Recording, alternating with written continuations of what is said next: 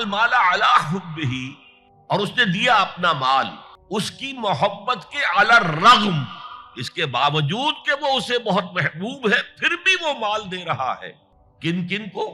سب سے پہلے قرابت داروں کو، پھر یتیموں کو، اس ترتیب کے اندر بھی ایک بڑی حکمت مضمر ہے، اور مساکین کو، اور راہ چلنے والوں کو، اور مانگنے والوں کو، دستے سوال دراز کرنے والوں کو، اور گردنوں کے چھڑانے میں۔ وَأَقَامَ الصَّلَاةَ وَآتَى الزَّكَاةَ، اور قائم رکھی اس نے نماز، اور ادا کی اس نے زکوٰۃ، یا ادا کرتا رہا زکوٰۃ۔ وَالْمُوفُونَ بِعَهْدِهِمْ إِذَا عَاهَدُوا،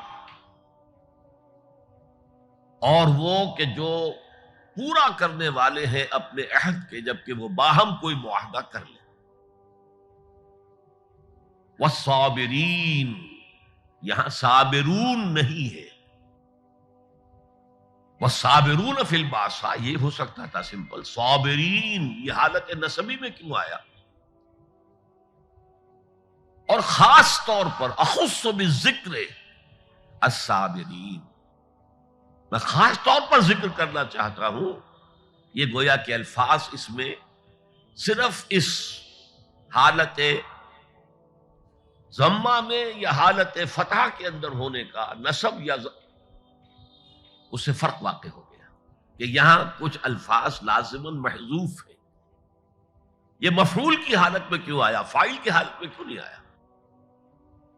صابرین، اور میں خاص طور پر تذکرہ کرتا ہوں کن کا؟ صبر کرنے والوں کا۔ کن کن چیزوں میں صبر ہے؟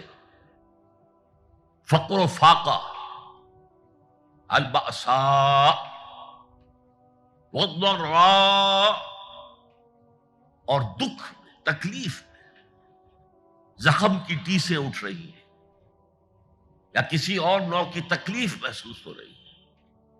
وحین الباس، اور جنگ کے وقت۔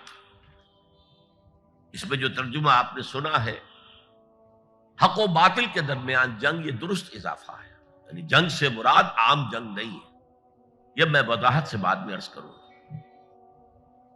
اولئک الذین صدقوا، یہی ہیں وہ لوگ کہ جو سچے ہیں۔